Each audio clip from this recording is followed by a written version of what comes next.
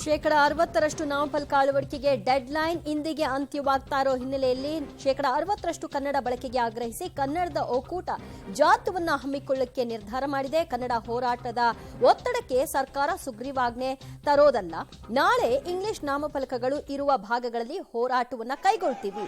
ನಾಳೆಯಿಂದ ಕನ್ನಡ ಬಳಸಿದವರ ವಿರುದ್ಧ ನಮ್ಮ ಹೋರಾಟ ನಿಶ್ಚಿತ ಅಂತ ಎಚ್ಚರಿಕೆಯನ್ನ ಕೊಟ್ಟಿದ್ದಾರೆ.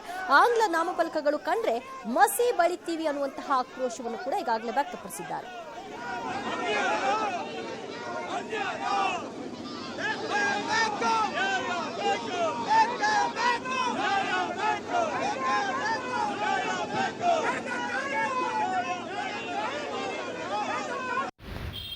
ಸರ್ಕಾರ ಎಲ್ಲ ಅಂಗಡಿ ಮಾಲ್ಗಳು ಮತ್ತು ಹೋಟೆಲ್ಗಳು ಎಲ್ಲದಕ್ಕೂ ಸಹ ಕರ್ನಾಟಕದಲ್ಲಿ 60% ಭಾಗ ಕನ್ನಡವನ್ನು ತರಲೇಬೇಕನ್ನುವಂಥ ಕಾನೂನನ್ನು ಸುಗ್ರೀವಾಜ್ಞೆ ಮುಖಾಂತರ ಜಾರಿಗೆ ತಂದಿದೆ. ಆದರೆ ಇಲ್ಲಿಯ ತನಕ ಬೆಂಗಳೂರು ನಗರದಲ್ಲಿ ಮತ್ತು ಸುತ್ತಮುತ್ತಲಿನಲ್ಲಿ ಇಲ್ಲಿಯ ತನಕ ಅನೇಕ ಅಂಗಡಿಗಳು ಮಾಲ್ಗಳಲ್ಲಿ ಕನ್ನಡ ಬಂದಿಲ್ಲ. ಆದರೂ ತಮ್ಮದೇ ಭಾಷೆಯಲ್ಲಿ ಇಂಗ್ಲೀಷನ್ನು ದೊಡ್ಡ ಹಾಕ್ಕೊಂಡು ಅಥವಾ ಹಿಂದಿಯನ್ನು ಹಾಕ್ಕೊಂಡು ಉರ್ದುವನ್ನು ಹಾಕ್ಕೊಂಡು ಮರಾಠಿಯನ್ನು ಹಾಕ್ಕೊಂಡು ತೆಲುಗನ್ನು ಹಾಕ್ಕೊಂಡು ತಮಿಳನ್ನು ಹಾಕ್ಕೊಂಡು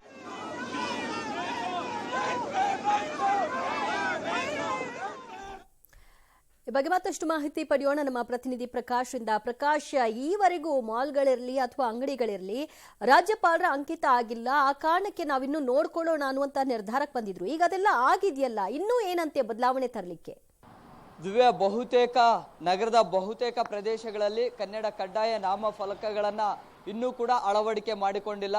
ಸೊ ಅಂತವರ ವಿರುದ್ಧ ನಾಳೆ ಒಂದಿಷ್ಟು ಕನ್ನಡ ಪರ ಸಂಘಟನೆಗಳು ಕೂಡ ಬೀದಿಗಿಳಿದು ಹೋರಾಟವನ್ನ ಮಾಡೋದಕ್ಕೆ, ಜೊತೆಗೆ ಅವ್ರಿಗೆ ಜಾಗೃತಿಯನ್ನ ಕೊಡೋದಕ್ಕೆ, ಜೊತೆಗೆ ಆ ಕನ್ನಡ ನಾಮಫಲಕಗಳನ್ನ ಹಾಕಬೇಕು ಅನ್ನುವಂಥ ತಾಕೀತು ಮಾಡುವಂತಹ ಒಂದಿಷ್ಟು ಬೆಳವಣಿಗೆಗಳು ನಾಳೆಯಿಂದ ಆರಂಭ ಆಗುತ್ತೆ.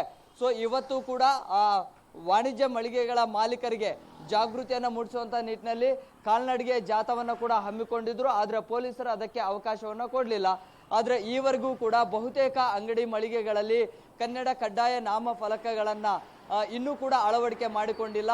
ಈ ಹಿಂದಿನ ನಾಮಫಲಕಗಳು ಏನಿದ್ವು, ಆಂಗ್ಲ ಭಾಷೆಯಲ್ಲೇ ದೊಡ್ಡದಾಗಿ ಬರೆಸಿರುವಂತಹ ಆ ಒಂದು ಬೋರ್ಡ್ಗಳೇನಿದಾವೆ ಅವುಗಳನ್ನೇ ಇನ್ನೂ ಕೂಡ ಬಳಕೆ ಮಾಡಿಕೊಳ್ಳಲಾಗ್ತಾ ಇದೆ. ಪಾಲಿಕೆಯ ಅಧಿಕಾರಿಗಳು ಕೂಡ ಆಯಾ ವಲಯಗಳಲ್ಲಿ ಪಾಲಿಕೆ ಅಧಿಕಾರಿಗಳು ಕೂಡ ಅದನ್ನ ತೆರವು ಮಾಡಿ 60% ಕನ್ನಡ ಬಳಕೆ ಇರಬೇಕು ಅನ್ನುವಂತಹ ಸೂಚನೆಯನ್ನ ಕೂಡ ಕೊಟ್ಟಿದ್ರು.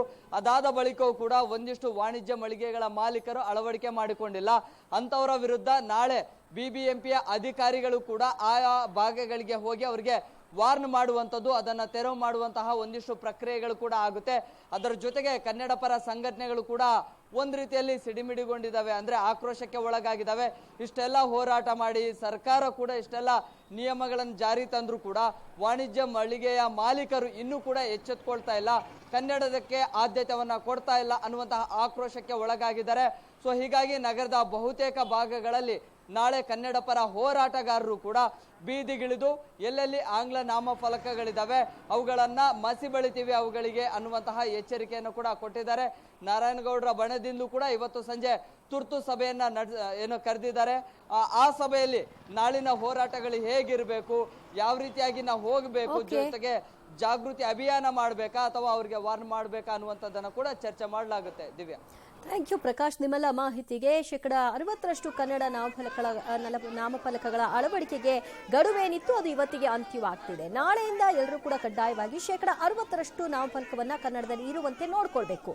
ಇನ್ ಕೇಸ್ ಆಗಿಲ್ಲ ಅಂತ ಅಂದ್ರೆ ಬಿಬಿಎಂಪಿ ಎಚ್ಚರಿಕೆಯನ್ನ ಕೊಡೋದ್ರ ಬದಲಾಗಿ ನಿಮ್ಮ ನಿಯಮದಂತೆ ಅವ್ರಿಗೆ ಫೈನ್ಗಳನ್ನ ಹಾಕಿ ಕ್ರಮಗಳನ್ನ ತೆಗೆದುಕೊಳ್ಳಿ. ಆಗ ಮುಲಾಜಿಲ್ದೆ ದಾರಿಗೆ ಬರ್ತಾರೆ. ಇಲ್ಲದೆ ಇದ್ರೆ ಉಡಾಫೆಯನ್ನ ಮುಂದುವರಿಸಿಕೊಂಡು ನೋಡೋಣ ಇನ್ನೆಷ್ಟು ದಿನ ತಳ್ಳಬಹುದು ಅಂತ ಹಾಗೇ ಮುಂದುವರಿಸಿಕೊಳ್ತಾ ಹೋಗ್ತಾರೆ. ಇದು ಬಹುತೇಕ ಅಂಗಡಿಗಳಲ್ಲಿ ಈಗಾಗಲೇ ಕಂಡು ಬರ್ತಾ ಇರುವಂತಹ ಒಂದು ಮಾತುಗಳು.